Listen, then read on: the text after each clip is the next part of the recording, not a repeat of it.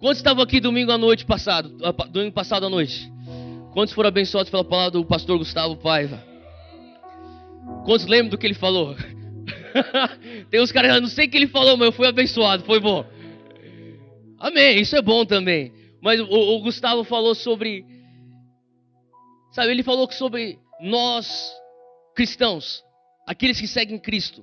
Nós somos chamados a sermos os influentes. Deus te chamou para você ser influente. Deus não te chamou para você passar a vida aqui despercebido e sem ninguém notar que você realmente crê naquilo que você crê, que você acredita, que você se posiciona por aquilo que você se posiciona. Não. Deus chamou você para ser sal da terra e luz do mundo. Automaticamente isso incute influência. E quando o Guga estava falando sobre isso, eu lembrei de Romanos 12. Abre comigo aí Romanos 12. E hoje nós damos início a uma série nova. E a nossa série vai ser algo que nós vamos estar falando por 4 domingos. Não vão ser 4 domingos consecutivos, porque nós vamos ter algumas visitas ao longo do caminho. Então nós vamos ter que dar uma pausa, mas depois nós vamos retomar. Mas nós vamos falar hoje, nós vamos dar um início a esses 4 domingos, essa nossa série, e é baseada neste versículo de Romanos 12. Então abre aí comigo Romanos 12, eu vou lendo aqui do versículo 2. Romanos 12, 2. Esse aqui é um versículo muito conhecido, é um versículo que é como um pilar, uma pilastra do cristianismo, e tem que ser como se fosse uma espinha dorsal do nosso cristianismo. Versículo 2 diz assim: e não vos conformeis com este mundo. Essa palavra conformeis, o grego original é suskematizo, que significa forma idêntica. O que Paulo está falando assim: não tenha a forma idêntica do mundo. Fala para quem está do teu lado: não tenha a forma idêntica do mundo.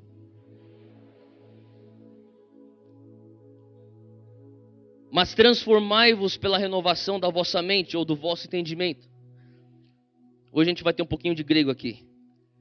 Transformai-vos, fala comigo, metamorfose. É a transformação. Pela renovação da vossa mente, fala comigo, metanoia. Mudança de mentalidade. É isso mesmo. Para que experimenteis. Essa palavra experimenteis no grego original é gnoskis. Fala, gnoskis. Gnoskis não é simplesmente você saber como um fato. Não é você entender no teu raciocínio. Gnoskis é você, literalmente, ele traz a conotação de você dar um passo para dentro daquela experiência. É você se envolver naquela experiência. E Paulo fala: eu quero que vocês gnoskis. Paulo está falando assim: o meu desejo é para vocês, romanos, que vocês venham gnoskis. Que vocês venham dar um passo para dentro dessa experiência, que você venha se envolver com isso. Com o quê? Olha o que ele termina falando no versículo 2 aqui. Ele fala assim: para que você gnoskis, ou participe, ou que você dê um passo para dentro, para que você se envolva com a boa, agradável e perfeita vontade de Deus para a tua vida. Quantos de vocês entendem que Deus tem uma boa, perfeita e agradável vontade de Deus para você? Amém? E Paulo fala assim, o meu desejo, o meu coração é que eu entendendo do que está ao teu dispor, você venha então dar um passo para dentro da boa, perfeita e agradável vontade de Deus para a tua vida. Você sabia que você pode ser salvo, e você pode ter vida, e você pode viver os teus dias aqui na terra, sem viver a segunda coisa que Jesus veio trazer. A palavra de Deus fala lá em João que Jesus veio trazer vida e o quê? Vida em abundância. Sabe, a vida em abundância é a boa, perfeita e agradável vontade de Deus para você. Não é porque você não está vivendo a boa, perfeita e agradável vontade de Deus para você que você não tem mais salvação. Você pode muito bem ser salvo. A tua salvação não depende da tua metanoia. Em outras palavras, você pode ser salvo e nunca ter tua mente renovada. Sabe, o nosso maior problema não é com o espírito, o nosso espírito já foi justificado. O nosso maior problema é com a nossa alma, que necessita de uma renovação. Você pode perguntar, Theo, o que quer dizer minha alma? Isso é uma coisa tão genérica. Se puder te ajudar, eu quero te dar uma definição bem rápida do que é alma. Alma são os teus desejos, as tuas emoções e a tua mente. Os teus desejos, as tuas emoções, tua mente, isso compõe tua alma. O teu maior problema é com essas três coisas. É com o que eu penso, o que eu desejo, o que eu quero e o que eu sinto. Tua alma. Teu espírito, ele já lidou com isso na cruz. Ele falou, eu vim aqui te trazer vida. E vida em abundância. Em outras palavras, você tem vida através da fé na graça de Cristo. Não pelo teu mérito. Não pelo teu bom comportamento. Você já tem salvação. Agora, para você dar um passo para dentro da tua terra prometida. Para você dar um passo para dentro da tua boa, perfeita, agradável vontade de Deus ou vocação para você vai necessitar da renovação da tua mente. Ele tem que curar a tua alma, ele tem que tratar a tua alma, ele tem que realinhar os teus pensamentos, o teu padrão de raciocínio. Faz sentido o que eu estou falando? Então Paulo fala assim, a realidade é que o evangelho, ele confronta. Sabe, eu não dou muito crédito para um crente que, independente do grau que ele estiver, se ele está andando no evangelho há muitos anos e não tem transformação na vida dele, quem sabe ele não tem realmente um encontro com o evangelho. Porque o evangelho, na sua própria natureza, confronta. Eu acho que um dos maiores erros que nós temos cometido como igreja é que nós temos feito o evangelho ser algo que é tão diluído, onde qualquer um pode vir e sentar e falar, eu sou evangélico, porque na verdade a mensagem que nós estamos pregando não é o evangelho, porque não existe confronto na mensagem. Porque se existisse confronto na mensagem, haveria algo falando, ei, isso é como o mundo pensa, isso é como o reino pensa, olha esse disparate. Faça alguma coisa com isso. Lide com isso. Mas quando você começa a falar assim, sabe, eu conversei uma vez com uma pessoa, e eu juro por Deus isso. Não, de verdade. Esse homem, ele era um pouco mais, ele era mais velho do que eu. Ele veio pedir oração para mim, depois de uma reunião, eu estava pregando em algum lugar. E ele falou assim para mim, Theo, vem, ora por mim. E eu comecei a orar por ele, ele estava enfermo, ele tinha uma condição no ombro dele. E Deus curou ele, e quando Deus curou ele, eu pensei, uma ótima oportunidade para perguntar se ele quer Jesus no coração dele, para que Jesus venha fazer tudo novo. E eu perguntei para ele, você já nasceu de novo? Ele falou, não. Você quer ter Jesus no teu coração? Você quer convidar ele para entrar no teu coração e fazer tudo novo? Quero. E eu, na minha curiosidade, perguntei, me fala uma coisa, como que você veio parar aqui? Você é dessa igreja? Eu estou visitando. Na verdade, eu sou pastor de uma outra igreja. Falei, calma aí, não estou entendendo. Falei, você é pastor? Sou. Sou pastor evangélico. Mas você nunca nasceu de novo? Você nunca pediu para Jesus entrar no teu coração? Fazer tudo novo. Eu não me recordo de ter feito essa oração, mas vamos fazer essa oração. Diante de Deus. Eu perguntei, só de curiosidade, como é que você se tornou pastor? Minha irmã era drogada. E ela largou as drogas quando ela foi para a igreja. E, cara, Deus fez um milagre na vida dela. A gente ficou tão impactado, a gente começou a ir para a igreja. Isso fazem já 12 anos atrás. Eu comecei a ir para a igreja, toda hora eu ia para a igreja. Daí o pastor falou para mim, você devia ser ordenado obreiro. Eu falei, tudo bem. E eu fui ordenado obreiro, daí eu ia para a igreja, não faltava, ia para a igreja. Ele falou assim, você tem que ser diácono. Tá bom, eu vou ser diácono. E eu não faltava, daí ele falou assim, sabe o que você tem que ser? Você tem que ser presbítero. Tá bom. E eu não faltava, eu era um presbítero, sempre estava lá. E depois ele falou, faz isso aqui. Ele me ajudava ali na administração da igreja. De repente ele falou assim, a gente tem que te ordenar pastor. E daí eu sou ordenado pastor. Você ri, mas essa é a realidade de muito do que nós estamos vendo aí fora. Sabe, a realidade é que o Brasil está cheio de evangélicos, mas estamos carecendo de filhos e filhas de Deus que estão andando na plena revelação do que é o reino. E o que Paulo fala em Romanos 12:2, ele justamente aborda essa questão que o Gustavo falou domingo passado sobre crentes que são consumistas e crentes que são produtores. A realidade é que você não vem para um culto para receber alguma coisa. Você vem para o culto para oferecer o teu coração e uma adoração a Deus. Sabe, você vem para o culto porque você tem um entendimento qual é a tua boa, perfeita e agradável vontade que Deus tem incutido e incumbido sobre a tua vida. E você vem e fala assim, eu tenho que me equipar para que eu venha produzir obras do reino, atos de justiça. Faz sentido o que eu estou falando? Então Paulo, quando ele fala aqui em Romanos 12, ele está falando literalmente que se você, olha só o que ele fala aqui, mas transformai-vos pela renovação da sua mente ou pela metanoia, para que você venha adentrar, participar da boa, agradável, perfeita vontade de Deus. Você não vai participar da boa, perfeita, agradável vontade de Deus quando você for para o céu. Lá você não precisa da boa, perfeita, agradável vontade de Deus. Você não vai precisar de uma terra prometida quando você estiver no céu. Você não vai precisar ter vida em abundante no céu. Você está no céu. Deus põe à tua disposição uma terra prometida na terra dos viventes, assim como Davi fala. Deus põe para você à tua disposição uma boa, perfeita, agradável vontade de Deus aqui nessa terra.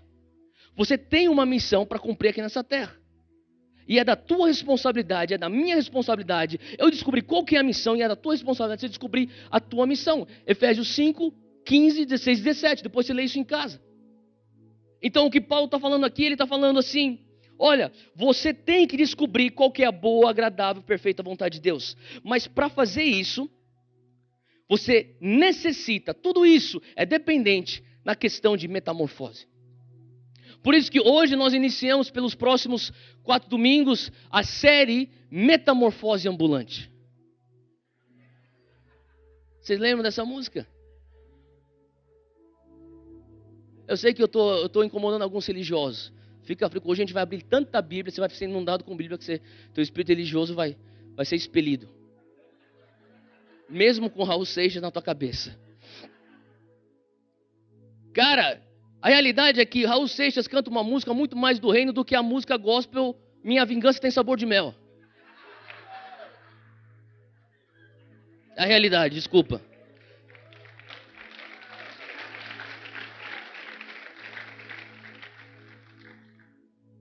Eu sei que dói, mas é verdade. Sabe, quando você entende o que o Evangelho tem na sua natureza de confronto, o que o Evangelho tem para literalmente bater de frente com o padrão do mundo, você entende que o crente normal, ele sempre está se transformando. O crente normal, ele vive na terra dos viventes, assim como o salmista dizia, ainda verei a bondade na terra dos viventes. A terra dos viventes é o mundo que nós vivemos hoje. O crente normal, ele vive uma metamorfose ambulante na terra dos viventes. E você pergunta, Theo, como que eu vou viver essa metamorfose ambulante? Através da renovação da sua mente. E eu tenho falado assim, Deus, eu não posso passar os dias aqui nessa terra sem viver a tua boa, perfeita e agradável vontade. Eu não sei você, só que você tem que ter esse senso de urgência, cara. Põe tua mão no teu coração agora. Senhor Deus, eu peço agora em nome de Jesus, você concorda, só diz amém, tá? Eu peço em nome de Jesus agora, que o Senhor venha estar brotando nesses corações, nos nossos corações, um senso de urgência, para nós entrarmos, para que nós venhamos gnósticos, experimentarmos a tua boa, perfeita e agradável vontade para nós, aqui na terra dos viventes, em nome de Jesus, amém? Então essa é a vontade de Deus para você, sabe, eu falo que a maior tragédia é você acordar, fazer aquela guerra para se sair da cama, porque é difícil. Entrar no chuveiro, se arrumar, pegar trânsito, ir para o trabalho. Para quê? Para pagar conta. Que tragédia. Quer dizer que eu sou contra o trabalho? De maneira alguma. Mas quando você entende qual que é a boa, perfeita, agradável vontade de Deus, você acorda, vai continuar sendo difícil sair da cama. Você vai e toma o teu chuveiro, você vai e se arruma, você pega o teu café da manhã, você vai e enfrenta o trânsito, você entra para trabalhar, mas você entende, Deus, esse lugar é meu campo missionário. O Senhor me pôs aqui por um propósito, aqui faz parte da minha missão, aqui é o lugar onde eu tenho que infectar com o fermento do reino dos céus, aqui é o lugar que eu tenho que começar a trazer a realidade dos céus na terra. E sim, você vai receber dinheiro porque você é digno do teu trabalho. Mas você entende que o propósito que você está lá não é simplesmente para pagar conta, é porque aquilo faz parte da tua santa vocação. A tua perspectiva muda. Tuas ações podem ser as mesmas, mas a tua perspectiva é diferente. E hoje eu creio que quando você começa a falar assim, Deus, eu quero entrar na tua boa, perfeita vontade. Eu quero ter a revelação daquilo que eu nasci para ser. Sabe, eu brinco, eu falo assim que, sabe, de vez em quando você tem que olhar no espelho e perguntar, cara, por que eu sou tão bonito? Porque tem um propósito nisso, cara. Não é possível. É muita beleza para uma pessoa só. Você tem que parar e perguntar, cara, por que eu sou tão carismático? Por que eu sou tão talentoso? Por que eu sou tão inteligente? Por que eu tenho tantas oportunidades? Por que eu tenho tanto favor? Por que eu tenho tanta porta aberta? Por que o Senhor me fez nascer no Brasil exatamente num ano para estar vivo hoje em 2015? Eu poderia ter nascido na Índia, eu poderia ter nascido na Austrália, eu poderia ter nascido em 1850, mas eu nasci para estar vivo em 2015. No Brasil, por quê? Por quê? Você tem que perguntar isso. Você tem que perguntar a Deus por que o Senhor me deu as oportunidades, as conexões que o Senhor me deu. Por que o Senhor eu encontrei aquela pessoa e não sei por que ela gostou de mim, ela abriu uma porta, ela me apresentou para aquela outra pessoa que abriu uma outra oportunidade. Você tem que fazer uma retrospectiva da tua vida e você tem que ver os momentos onde houve romperes de Deus na tua vida, onde teve então pessoas que foram pontos para você, pessoas que foram cruciais para você chegar onde você chegou, e você tem que perguntar por quê? Eu te garanto que a resposta do teu porquê está linkado com aquilo que a palavra de Deus diz da boa, perfeita e agradável vontade de Deus. Não ponha a tua vida no piloto automático. Não simplesmente venha para a igreja só porque é a coisa certa de se fazer e faça aquelas coisas que todo crente faz. Não. Isso não vai mudar o mundo. O que vai mudar o mundo é você pisando para dentro da realidade daquilo que Deus te chamou para você cumprir. A boa, perfeita e agradável vontade de Deus. E para você fazer isso, você precisa viver e ser essa metamorfose ambulante. Sabe, eu comecei a falar assim, Deus, eu quero ser. Eu comecei a falar, eu prefiro ser essa metamorfose ambulante. E a realidade é que essa metamorfose ambulante, ela é dependente de renovação na minha mente. Sabe, eu nunca vou experimentar transformação se eu não mudar a maneira como eu penso. Que nem eu já falei, você vai ser salvo, você já é salvo, você disse sim a Jesus, o teu espírito está salvo, você tem vida. Agora, para você viver essa transformação, você necessita de uma mudança de pensamento. Você precisa fazer aquilo que Paulo diz, renovar o teu pensamento. E eu comecei a imaginar, Deus, quais são as coisas que eu preciso ainda renovar. E eu estava outro dia orando, falando assim, Deus, quais são padrões de pensamentos que não te agradam? Obviamente nós sabemos os pensamentos pecaminosos, mas não estou falando disso. Às vezes pode então estar pecando com o teu pensamento, mas mesmo assim não está renovando tua mente. Eu falei, Deus, quais são os pensamentos que não, os padrões de pensamento? E eu comecei a sentir Deus falando para mim, você tem muita coisa para renovar. Eu falei, Deus, então o que eu tenho que renovar? E o Senhor começou a falar para mim, e eu creio que essa série nós vamos abordar 4 coisas que eu creio que são venenos tóxicos para o nosso pensamento. Fala comigo, medo. Fala insegurança. Fala ansiedade. Fala impossibilidade. Cara, se você permitir Deus arrancar medo, insegurança, ansiedade, impossibilidade do teu padrão de pensamento, eu te garanto que a tua mente vai estar muito mais renovada do que ela já está. E você vai experimentar uma metamorfose muito mais forte do que você já está experimentando. Sabe o que eu estou falando? Deus quer tirar isso. E hoje, eu creio que hoje o que nós vamos falar é justamente uma das coisas que eu tenho batalhado na minha vida. E talvez você pense, duvido. Mas é verdade. É uma das minhas maiores batalhas, é o medo. E hoje eu quero falar, o título da mensagem hoje é A Mente Renovada Sem Medo. Fala comigo, a mente renovada sem medo. Abre aí comigo em Lucas 22, versículo 39.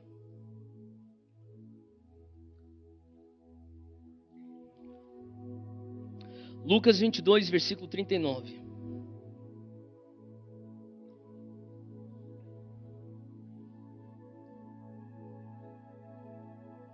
Sabe, eu tenho tido a oportunidade de andar perto de grandes homens de Deus. E já faz um tempo isso. E muitas vezes você andando perto de pessoas que são muito ungidas e que são usadas por Deus de maneira tão poderosa, você acaba, é natural do ser humano se comparar. Quem já se comparou com alguém? Tá, quem não levantou precisa ser liberto de mentira. Tá bom. Depois a gente ora por você também.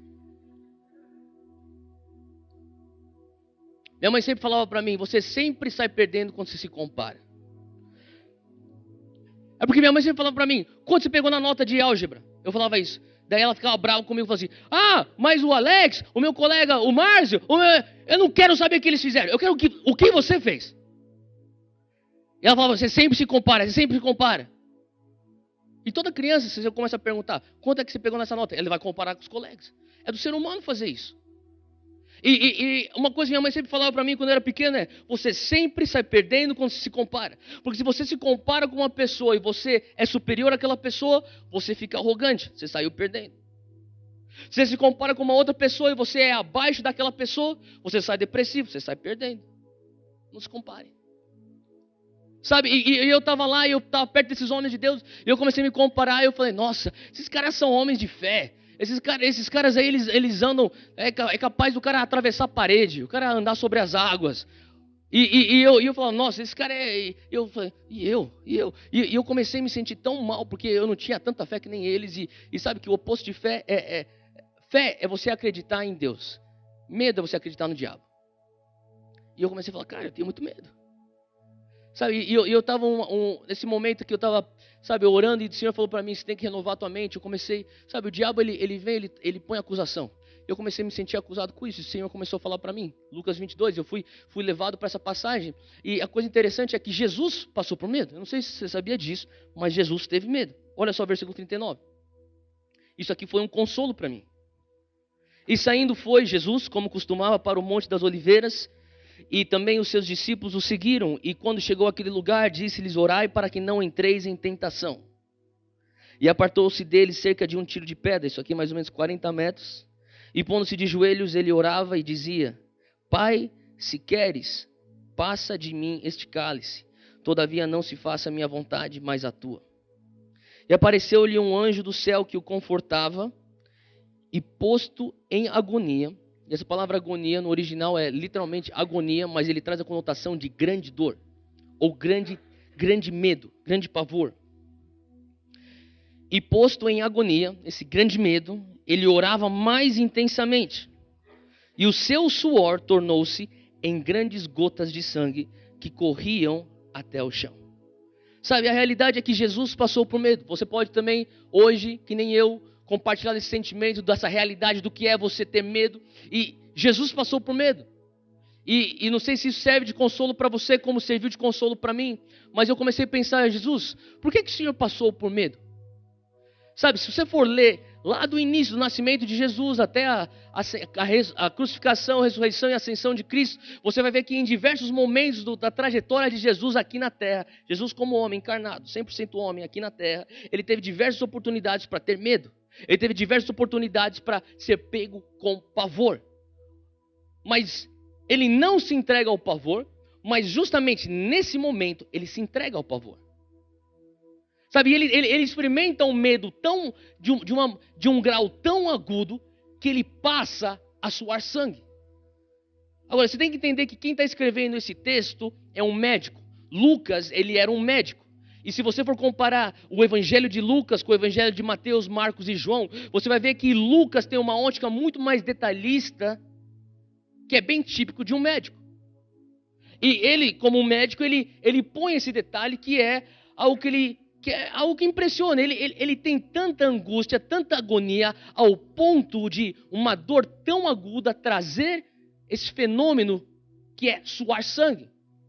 E a medicina explica esse negócio que se chama hematidrose, que na verdade é uma condição que ataca 1 em 800 mil pessoas, 800 mil pessoas, só uma dessa pessoa vai experimentar, onde o teu nível de adrenalina, ele aumenta 20 vezes mais do que o normal, ao ponto que as tuas veias capilares, elas se rompem debaixo das suas glândulas sudorípedas e elas passam a se misturar com suor e sair por causa de tanta dor emocional, causa essa reação no teu físico.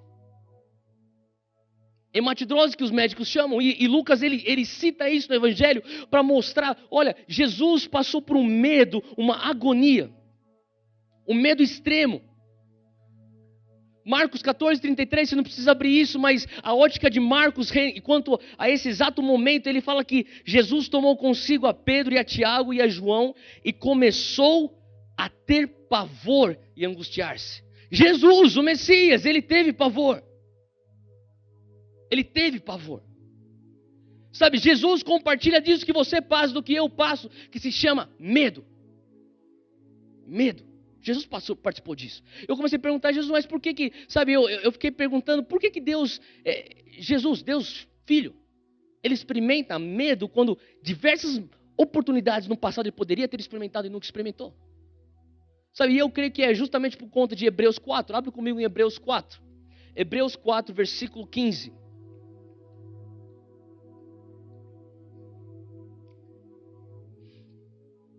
Fala assim: porque não temos um sumo sacerdote que não possa compadecer-se das nossas fraquezas. Repita comigo: Jesus tem compaixão pelas minhas fraquezas. Você crê nisso? Continuando aqui, fala assim: porém um que como nós em tudo significa em tudo. Ele em tudo foi tentado. Você pode falar até, mas você não está entendendo a minha tentação que eu estou passando esse mês. A tentação que eu estou passando essa semana. A tentação que eu passei ontem. A tentação que eu já venho passando há muito tempo. A palavra de Deus fala que ele em tudo foi tentado. Quando ele fala em tudo, isso significa todo tipo de tentação que você possa imaginar. Ele passou por aquilo sendo homem, não sendo Deus. Porque ele era Deus, mas quando ele estava aqui na terra, ele era 100% homem. Ele limitou sua divindade para entrar em carne. Ele passa por tudo que ele passou sendo homem. Ele opera todos os milagres que ele passou sendo homem. Ele vai para a cruz como homem. Ele morre como homem. Ele ressuscita como homem. Fisicamente, a tal ponto que ele tem então um café da manhã e ele come os peixes na praia junto com seus discípulos. Espírito não come peixe. Espírito não fala: Tomé, toca nas minhas feridas. Espírito não tem corpo. Ele, como homem, passou pela morte, crucificação, ressurreição e ascensão. Por que isso é tão importante? Porque muitas vezes você pode ler o evangelho e falar assim: mas ele era Deus. Não, ele fez tudo isso sendo homem. Ele andou sobre as águas sendo homem. Ele multiplicou pão e peixe sendo homem. Ele chora, ele sua sangue, passando por pavor, por medo, como homem. Para que Hebreus 4 fosse a verdade, no versículo 15 que diz que nós não temos um sumo sacerdote que não entende a dor que você passa, mas esse é um sumo sacerdote que passou por tudo que você já passou. E por isso ele pode ter compaixão. Versículo 16, olha só. Cheguemos, pois... Calma, para aí. Porque ele pode se compadecer de nós, porque ele pode se identificar com a nossa dor, versículo 16 é escrito. Tá? Então, leia com esse entendimento. Cheguemos, pois, com confiança ou ousadia ao trono do quê? Isso aí não é chamado de trono do castigo. É chamado de trono do quê? Glória a Deus. Para que nós possamos alcançar duas coisas. Você vai alcançar duas coisas no trono da graça. Você vai alcançar a misericórdia, que é justamente o não receber a punição que você merece. E você vai encontrar também no trono da graça a graça, obviamente. Que é você receber a recompensa que você não merece. Então quando você se achega a Ele, você está se achegando ao trono da graça, que você pode encontrar lá misericórdia e graça. A fim de sermos ajudados em tempo quando? Sublinhe esse negócio, em tempo oportuno. Nós vamos voltar para isso daqui a pouco. Em tempo oportuno, você vai encontrar graça e misericórdia quando você se achega a Deus. Sabe que o teu conceito de Deus talvez é a coisa mais importante no teu cristianismo. Obviamente, depois de você ser salvo. Qual que é a tua ideia de Deus? Qual que é a tua ideia de Deus Pai? Sabe, você não vai conseguir operar um relacionamento com Deus fora dos limites que você desenha no teu conceito do que quem Deus é. Se tua ideia, o teu conceito de Deus é um Deus que é bondoso, que te perdoa, que te estende graça, que tem misericórdia para você, que te ama com amor incondicional. Quando você passa por aquilo que Jesus passou no Getsemane, um grande pavor, a tua reação natural é correr para os braços desse pai que te ama. Agora, se você tem uma ideia de um pai, cujo trono da graça você traduz como o trono do castigo, que em vez de graça e misericórdia você pensa, tem punição e castigo. Quando você peca, ou quando você passa por uma tentação, a tua reação não é falar: Deus, de alguma maneira, se o Senhor conseguir, remova esse cálice de mim. Não. Essa não vai ser a tua reação. Por isso que eu falo que o teu conceito de Deus é extremamente importante para você ter intimidade com Deus. Sabe, o que o diabo quer que você pense é o seguinte: o Satanás tem a mesma estratégia. Ele sabe que você já foi salvo. Ele sabe que você já disse sim ao sacrifício da cruz. Então o que ele está querendo falar para você é: olha, Jesus te salvou, Deus te salvou, porque Ele teve que ser fiel à palavra dEle. Porque se você confessasse o Senhor Jesus como Salvador, você seria salvo. Então Ele teve que ser fiel para a palavra dEle, por isso que Ele te salvou. Mas, no fundo, Ele está bravo com você. Então você está na família, você pode pisar dentro da casa, mas fica na cozinha. Quem já escutou essa mentira na tua cabeça? Você pode entrar na fila, mas vai lá para o final. E dessa maneira, o Satanás tem deturpado a tua imagem de quem Deus é. Você pergunta para o mundo, quem que eles pensam que Deus é? A grande maioria vai pensar, Deus, eu tenho medo de Deus. Deus vai tacar um raio aqui para matar todo mundo. É a mentira do diabo. Então, quando Jesus ele passa por aquilo, você pode perguntar, por que ele passa por isso? Ele passa isso para ele poder se identificar e ter compaixão quando você passa por medo. Primeiro passo a primeira razão pela qual Jesus ele passa, ele experimenta medo, é para se identificar conosco com o nosso próprio sofrimento. Sabe, a outra coisa que Jesus, a razão pela qual Jesus, ele, sabe, eu fiquei pensando, tá bom, Jesus, o Senhor tá lá e o Senhor tá com medo. Eu comecei a pensar, nós temos um sumo sacerdote que foi tentado em todas as maneiras. Qual maneira que ele foi tentado naquele momento? Para mim eu não vejo nenhuma tentação, só vejo medo, vejo pavor, eu não vejo. Cadê a tentação nesse quadro? Sabe qual a tentação de Jesus? A tentação de Jesus foi fugir da vontade do Pai. Eu não sei se você já parou para pensar nisso, mas olha só que interessante. Pedro, que era um dos discípulos próximos de Jesus, num determinado momento, quando Jesus fala assim, eu vou ter que ir para Jerusalém, eu vou ser entregue nas mãos dos homens, e ele começa a profetizar a sua própria morte. Pedro, ele se levanta e ele fala, nunca, Jesus, o Senhor não vai fazer isso. E qual que é a resposta de Jesus para Pedro? Arreda-te de mim, o quê? Ele chamou Pedro de Satanás? Arreda-te de mim, Satanás. É o que a Bíblia diz. Agora, se você for ler então na versão de Mateus, você vai começar a ler nesse exato Lucas 22, na versão de Mateus, você encontra Jesus orando no Getsemane, e daí de repente Judas, ele aparece com os soldados e os soldados romanos, ele aparece também com os fariseus para pegar ele, e o trato de Judas, vocês lembram disso? Eu vou dar um beijo naquele que é o Messias, e vocês prendem o Messias. E quando ele se revela, e Jesus ele se põe e fala assim, eu estou aqui. E Judas vem, e Jesus chama Judas, amigo, faça o que você tem que fazer. Agora vem uma coisa, você tem Pedro que é um dos fiéis, dos discípulos fiéis de Jesus, que sim, negou Jesus, mas foi a fundação da igreja que nós somos hoje. E ele fala, Pedro que tem a sua maior das boas intenções, fala, não vá para a cruz, não vá para a cruz. E Jesus fala assim, arreda-te de mim, Satanás. E daí você tem Judas Iscariotes, o traidor. Que ele vem e ele trai Jesus com um beijo, e quando ele está nesse ato de traição, Jesus chama ele de amigo.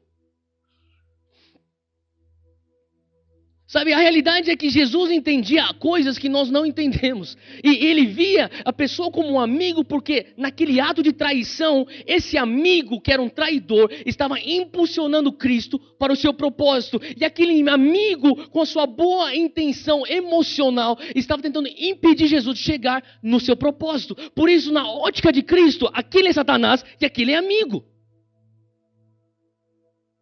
É essa a tentação que Jesus passa no Getsemane. Qual que é a tentação do Getsemane? Eu estou morrendo de medo, eu tenho que fugir. E ele pergunta, Pai, será que existe alguma maneira do Senhor remover isso? A gente precisa fazer isso. Eu sei que eu já sabia disso, mas agora a gente está bem na beira, no cume de chegar no fato, e eu preciso. E Deus fala, precisa. Não tem outra maneira. E quando Jesus, a ficha cai, como a gente fala na gíria, quando a ficha cai, eu vou ter que morrer na cruz. Qual que é a tentação que se instala? Fugir. Eu vou fugir. Sabe, até hoje, o diabo usa a mesma estratégia. Ele põe medo nos nossos corações para que você venha fugir da vontade de Deus na tua vida. Até hoje ele põe medo no teu coração. É melhor você, abaixo da tua expectativa. É melhor você não sonhar tanto, porque... Deixa eu falar uma coisa, você sempre vai se arrepender de qualquer decisão que você tomar baseado no medo. Toda situação ou toda decisão que você tomar baseado no medo, você vai se arrepender. Então você pergunta, por que é que Jesus então ele passa por esse medo? Porque ele tem que passar por aquilo para poder ser um sumo sacerdote. Porque o sumo sacerdote tem que se identificar, tem que se compadecer com as nossas fraquezas e com as nossas tentações. E você sabe muito bem, como eu também sei, tantas vezes nós fomos tentados a fugir do propósito de Deus. Como que isso começa? Com medo. Com medo. Sabe, muitos de nós a gente sofre medo pelo desconhecido. Quando Jesus ele sofreu medo pelo conhecido. A gente tem o medo do desconhecido. Como vai ser a bolsa de valores daqui a alguns meses? Como vai estar o dólar? Vai subir, vai descer? Como que vai ser se eu entrar nessa viagem? Será que vai ter acidente na estrada? Como que vai ser lá na frente? Será que um dia eu morro de uma doença? Você tem todos esses questionamentos que se transformam em medos porque são fatos desconhecidos. Ou são resultados que ainda não aconteceram e você não tem ciência do futuro. Jesus tinha ciência do futuro. Ele tinha medo porque ele conhecia aquilo que ele estava para enfrentar. Sabe? E mesmo assim, ele perseverou. Sabe, existe um negócio que é chamado universalismo. Não sei se você já ouviu falar desse negócio, chamado universalismo. E não é isso, não vem de ontem, não é de hoje, isso aí já há muito tempo atrás. Mas sabe, aquele papo que todos os caminhos levam ao céu. Eu sei que você já escutou isso. Todas as religiões levam ao céu. Basicamente, esse papo que todos os caminhos levam ao céu, todas as religiões levam ao céu, é a ideia que Osama Bin Laden, Saddam Hussein, Hitler, Gaddafi, estão todos sentados tomando café junto com Abraão, Noé e Jacó. Lá no céu, eles estão tomando café esperando você. É um absurdo. Mas se você for pensar, é isso que o universalismo prega. Sabe o que o universalismo também prega? Que o teu Deus, que o meu Deus, nosso Deus Pai, não é bom. O universalismo prega que nosso Deus Pai não é bom. Como que ele prega que não é bom? Que pai bom assistiria o seu filho passar pela tortura que ele passou, se todos os caminhos levam ao céu? Que pai bom olha para o filho, chorando em extremo pavor, suando sangue, falando: Pai, se existir alguma maneira do Senhor remover esse cálice de mim.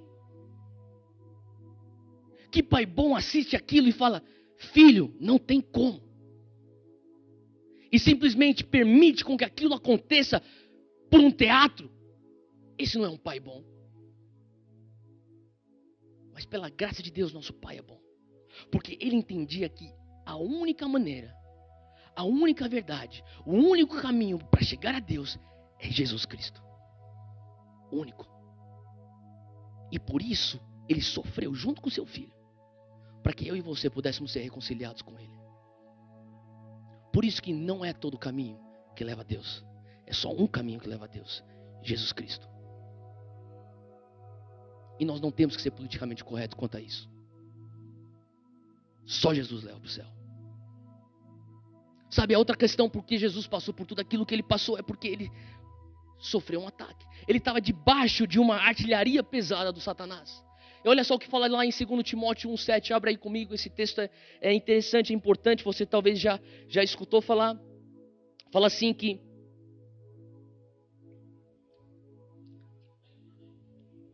Primeiro, 2 Timóteo 1, versículo 7 diz assim: porque Deus não nos deu o quê? A Bíblia diz que o medo é um quê? A Bíblia diz que o medo é o quê? É um espírito. Fala comigo, um espírito. O medo é um espírito. Ele fala assim, ó: Deus não nos deu o espírito de medo, mas Deus nos deu o espírito de poder, de amor e de moderação. Lucas 4,13, abre lá comigo rapidinho.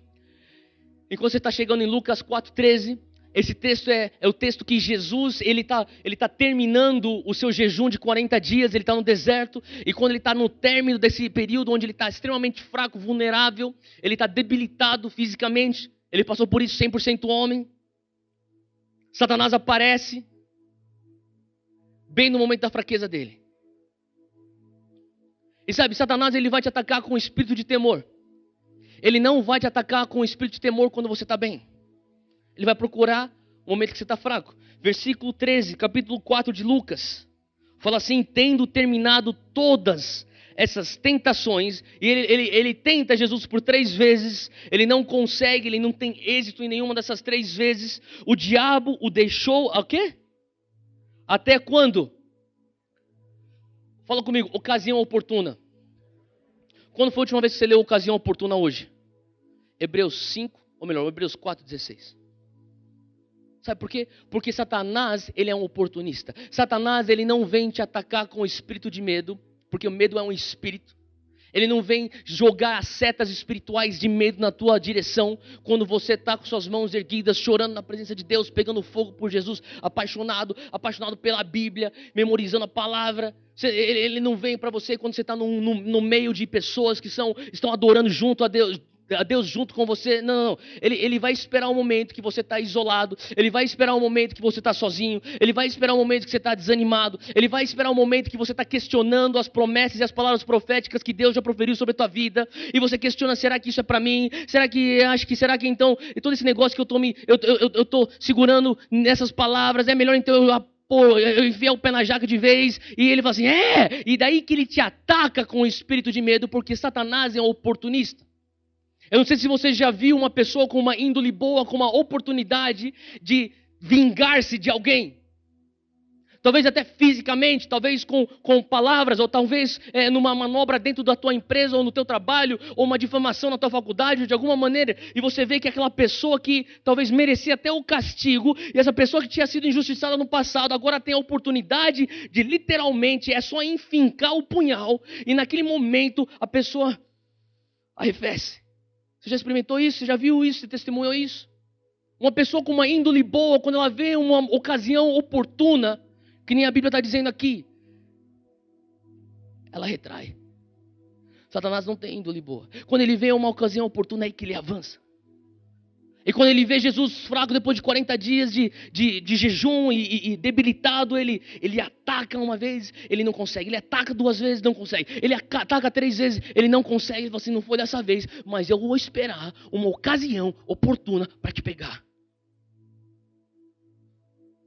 E a ocasião oportuna vem no jardim de Getsemane, quando ele está uma agonia, uma angústia, um medo, um pavor, suando sangue. E ele está falando assim, Pai, se existe alguma maneira, remova esse cálice de mim. E Satanás está lá, tentando atacar ele nessa ocasião oportuna. E Hebreus, de maneira cirúrgica, o Espírito Santo, ele inspira o autor de Hebreus para escrever, nós temos um sumo sacerdote que tem graça e misericórdia na ocasião oportuna. Em outras palavras, quando você está nessa ocasião oportuna de um ataque do inimigo, você também tem uma ocasião oportuna para receber graça e misericórdia de Deus. Faz sentido o que eu estou falando? Assim como Satanás é astuto, nosso Pai também não dá ponto sem nó. Olha só, a palavra de Deus diz assim que, tendo terminado todas as ocasiões, o diabo deixou até a ocasião oportuna. Hebreus 2, abre lá de volta comigo, Hebreus 2, versículo 14, diz assim. Hebreus 2, 14. Fala assim, e visto como os filhos participam da carne e do sangue, também ele participou das mesmas coisas. Ele está falando aqui de Jesus. Para que pela morte, Jesus aniquilasse o que tinha o império da morte. Isto é, o diabo. O diabo tinha o império da morte. Pela morte de Cristo, ele aniquilou o império da morte. Versículo 15. E Jesus então livrasse todos os que, com o quê? Medo da morte. Estavam por toda a vida sujeitos à servidão. Em outras palavras, estavam por toda a vida sujeitos à escravidão. Você era escravo do medo da morte. Pega todos os teus medos, joga numa panela, põe água, liga o fogo. Quando tudo evaporar, vai sobrar uma coisa: medo da morte. Você não tem medo de altura, você tem medo de se espatifar lá embaixo. Você não tem medo do pitbull, você tem medo que o pitbull vai pular na tua jugular. Não é verdade? E daí ele vai te matar. Você não tem medo daquele homem com revólver na mão? Você tem medo que aquele homem com revólver na mão pode te matar. Você não tem medo da doença em si, mas você tem medo que a doença pode te levar para a morte. Mas olha só o que a palavra de Deus fala. Que com a morte de Cristo, ele aniquilou nós, escravos do medo da morte. Ele aniquilou as correntes que nos prendiam. Em outras palavras, não sei se você está entendendo, você nunca vai morrer. Você nunca vai morrer. O dia que você morrer aqui na terra, e você expirar o teu último sopro de ar do teu pulmão, você inspira teu próximo sopro na eternidade. Você nunca vai morrer. Por que você tem medo? Tão simples, né? Mas a gente passa por isso. A gente questiona, por que a gente tem medo? E eu comecei a falar assim, Deus, eu preciso... Sabe, eu li um texto aqui, eu queria só ler essa frase que eu li. Medo é a falsa evidência de algo que parece ser real. Medo é esperar o diabo agir, quando fé é esperar Deus agir. Medo é esperar o diabo agir, quando fé é você esperar Deus agir. Sabe, assim como a fé é um indicativo da presença de Deus, o medo é indicativo do ataque do diabo. Eu não sei se você já passou por isso quando você está, talvez do nada. Eu passei por uma situação alguns meses atrás, acho que foi umas semanas atrás. Eu estava deitado na cama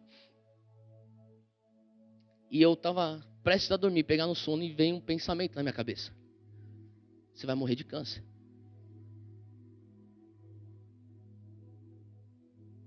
Quem já teve um pensamento assim? Bizarro isso. Eu falei, cara, isso aí é do diabo, cara. Sabe, às vezes você pensa, o espírito de medo quer dizer que então eu sou possesso pelo capeta do medo. Não, não é isso. A realidade é que nós sofremos ataques. Você tem que começar a entender, tem certas coisas que você está sofrendo ataque que está vindo de fora. E não necessariamente, você não precisa ficar, é que nem a gente fala, desesperado, porque você descobriu que você tem um demônio dentro de você. Não é um demônio, você está sofrendo um ataque, saiba guerrear. É uma seta que o inimigo está lançando, uma mentira. E naquele momento eu entendi, isso aqui é uma seta do inimigo. Eu repreendo isso aí em nome de Jesus. Vira essa mentira para lá. Eu declaro que eu não vou morrer de sangue. Eu não vou concordar com essa mentira. Sabe qual que é o nosso erro? Que muitas vezes você está num momento onde, eu não sei, eu conheço umas 2, 3 pessoas que eu conheço elas desde que eu era criança, e são aquelas 2, 3 pessoas, você conhece? Aqueles amigos que sempre são assaltados.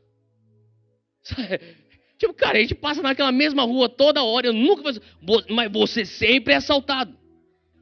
E esse tipo de gente que, uma vez que foi assaltado, fala, meu Deus do céu, eu vou ser assaltado. E é assaltado. Sabe, e daí eu tenho um desses meus amigos que ele falou assim, depois ele foi assaltado tantas vezes, ele falou para mim, eu vou embora desse país. E ele tinha acabado de casar, ele estava com uma filhinha, ele foi embora do país. Daí ele chegou, foi morar nos Estados Unidos. Daí lá nos Estados Unidos, ele mal esperava, que é uma cultura com tanto medo de doença. Então o filho ia para a escola, era tudo doença. De repente ele, meu Deus do céu, meu filho vai ficar doente. O que adiantou mudar de país? É o padrão de pensamento. Sabe, então o inimigo, ele vai lançar setas para você. Se você concordar com aquelas setas, de repente você já concordou e apoderou aquela mentira. E aquela mentira se torna na tua cabeça uma verdade. Então, a maneira como o inimigo ataca é através do espírito de medo. Quando você começa a entrar, eu não sei se já experimentou isso, mas isso é normal, você tem que começar a ficar atento com isso. Você está andando e de repente vem um medo. É uma nuvem. Repreenda aquilo. Em nome de Jesus, eu não aceito isso aí. Você começa a declarar as verdades de Deus sobre a tua vida. E eu estava orando outro dia, eu falava assim, Deus, tá bom, então, se existem medos dentro de mim, eu quero que o Senhor lide com isso. E hoje eu quero só deixar você, vou concluir deixando 3 pontos bem rápidos, bem práticos, para você eliminar o medo da tua mente que está sendo renovada. Amém? Então, 3 pontos rápidos, bem práticos, para você eliminar o medo da tua mente. O primeiro ponto são 3 verbos. O primeiro verbo é você confessar. Fala comigo, confessar. Confesse sem vergonha. Não estou chamando de sem vergonha. Estou falando, confesse sem ter a vergonha de falar, eu estou com medo. Jesus confessou. Sabe, a realidade é que muitas vezes você está preso no mesmo pecado, você está preso nos mesmos hábitos, porque o inimigo tem te mantido preso lá por conta da vergonha. E você tem batalhado essa coisa na tua cabeça, você fala assim, não, eu não vou confessar isso aqui porque eu já sou líder disso na igreja, eu já sou líder daquilo na igreja, eu já dei testemunho lá na frente, eu já falei isso na porta, eu já estou pregando no evangelho, eu sou usado por Deus. Eu não posso admitir que eu estou passando por isso. E você guarda aquele pecado de você. E a palavra de Deus fala lá em João 8,38, você sabe dessa passagem, você não precisa abrir, mas fala assim, que 8,32 fala, e conhecereis a verdade, e a verdade o quê? O que quer dizer isso? Quer dizer que a tua libertação começa quando você confessa a verdade. Assim que você confessa e fala assim, realmente, eu estou com medo. Aí já começou a tua libertação. Aí você está sendo aquela pessoa que está eliminando o medo da tua mente. Sabe, o inimigo, ele quer te manter preso aonde você está com vergonha. E ele fala assim, você tem que ter vergonha de ter esse pecado até agora. E você pensa, é verdade, é melhor, ai que vergonha, eu não vou falar para ninguém. E você fica preso. Eu estava assistindo outro dia, uma pessoa me mostrou um vídeo no YouTube de algo que está acontecendo agora nessa operação Lava Jato. E é um deputado que ele é um homem cristão também. E ele está fazendo parte desses questionamentos dos interrogatórios. E tinha um dos diretores da Petrobras sendo interrogado. E naquele meio daquele interrogatório ele faz algumas perguntas. E esse homem, ele exerce seu direito de permanecer calado. Ele não responde nenhuma das perguntas. E daí no final ele fala assim, tá bom, então agora já que eu já fiz o meu dever como deputado, eu quero dar uma opinião e um parecer meu como um cristão. E ele falou assim, ele chamou o cara pelo nome e falou assim, sabe, a realidade é que você está aí sentado, quieto, calado, e você está exercendo um direito que é teu, constitucional, de ficar calado. Mas eu quero que você pense nisso. O diabo te ajuda a fazer, mas o diabo nunca te ajuda a escapar. Sabe, o diabo é aquele lá que ele vai estar lá, vai. E uma vez que você está enrascado, cadê ele para te ajudar a sair daquela enrascada? E a maneira como ele te mantém preso naquela enrascada é vergonha. Sabe, quando você começa a falar assim, não, chega, eu vou assumir, eu estou com medo. Jesus fez isso, ele vai diante do Pai, ele fala, Pai, eu estou com medo. Se existe alguma maneira de o Senhor remover isso da minha frente, por favor, remova. O primeiro ponto é você confessar. Fala comigo, confessar. É você não ter vergonha e confessar os seus medos. Segundo ponto aqui é, fala assim, entregar meus medos a Deus. Vamos lá, um pouquinho mais forte. Entregar os meus medos a Deus. Amém. Vamos lá, é isso aí. Tem um escritor americano muito famoso, ele já faleceu, o nome dele é Mark Twain, ele dá uma definição, talvez a definição que eu mais gosto sobre coragem. Ele fala assim, coragem não é a ausência do medo, coragem é a maestria do medo. A verdade é que se você for ler a Bíblia, desde o início até o final, você vai encontrar diversos heróis da fé, e não só na Bíblia, pela história da humanidade. Você vai encontrar diversos heróis que fizeram grandes feitos na humanidade, e todos eles passaram por medo. A única diferença é que eles tiveram maestria sobre o medo. Pense em Elias. Elias teve maestria sobre o seu medo. Estava morrendo de medo de Jezabel. Pense em Gideão. Gideão teve a maestria do seu medo. Ele se sentia o menor dos menores. Como eu vou liderar um exército para lutar contra os inimigos de Israel? Pense em Moisés, que lidera mais de 2 milhões de pessoas para fora do Egito. Esse era um homem que morria de medo de falar em público, porque ele era gago. Ele supera o seu medo. Sabe, Jesus, ele sentiu algo que era real. E hoje à noite, não sei se isso serve para alguém, mas eu creio que eu tenho que falar. Não é porque você está sentindo algo que é real, que aquilo que você está sentindo que é real é certo.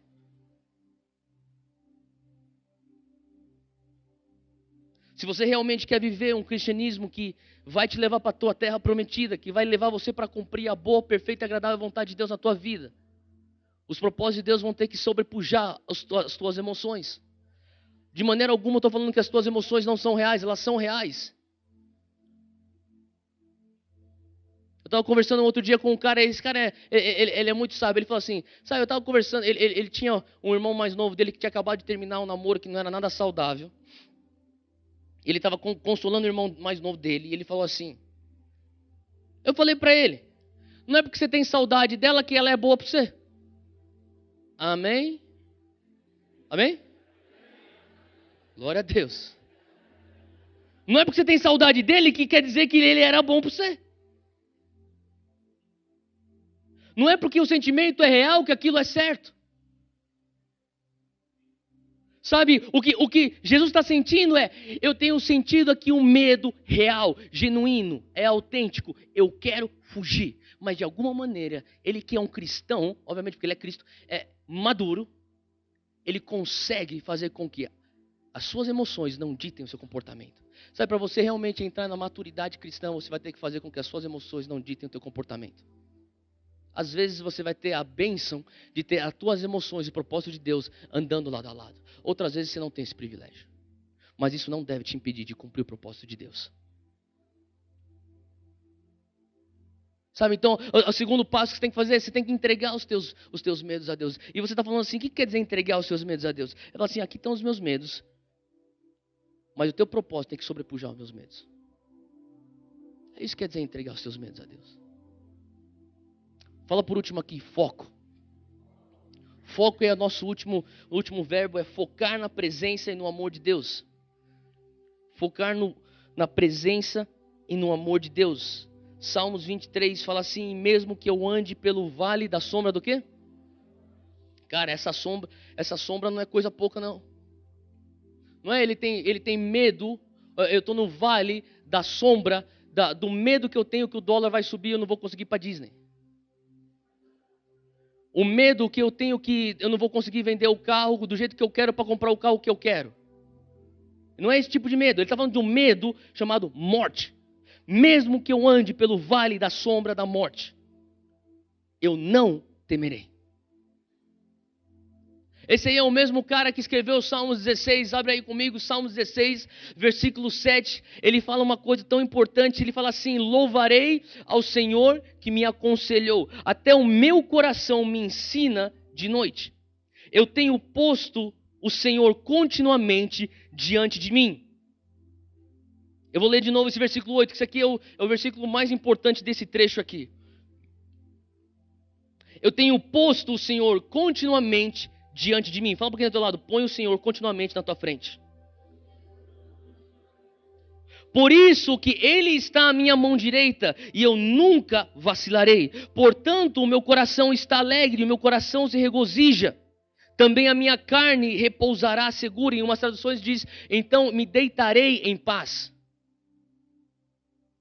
Pois não deixarás, Deus não deixarás a minha alma no inferno, nem permitirás que o teu santo, esse santo com S maiúsculo, se diz, é uma profecia messiânica aqui, ele fala de Jesus, mas também você pode aplicar isso para a tua vida. Portanto, não deixarás que o teu santo veja a corrupção. Olha o versículo 11, far-me-ás ver a vereda da vida, o Senhor vai me mostrar o caminho da vida, na tua presença há abundância de alegria, na tua direita existe prazer perpétuo. Sabe o que ele está falando? Porque eu continuamente pus o Senhor diante de mim. Eu estou experimentando tudo isso aí que eu acabei de ler. Porque eu pus o Senhor continuamente diante de mim. O meu coração está alegre.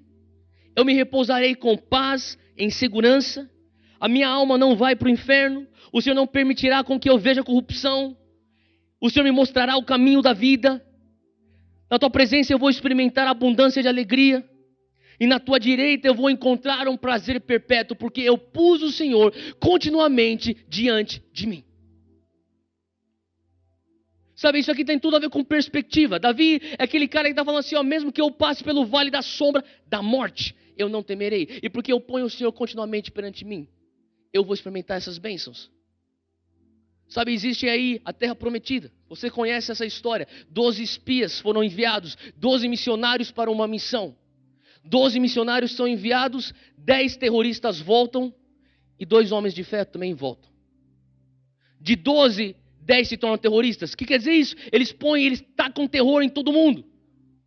Não, a gente vai morrer. Você não tem noção do tamanho da espada do gigante lá. Você não tem noção da força desses caras. Eles são muito numerosos. Eles vão esmagar todo mundo. Eles vão aniquilar nossas famílias. E de repente se instala um terror. Literalmente se tornam terroristas. E daí tem então 2, Josué e Caleb, que falam assim, aquilo lá é nosso. Totalmente nosso. Sabe por quê? Porque a realidade é que para cada terra prometida que Deus separa para você, o diabo também separa um gigante. Você nunca vai entrar numa terra prometida sem ter que passar por um gigante. Tem tudo a ver, porém, com perspectiva.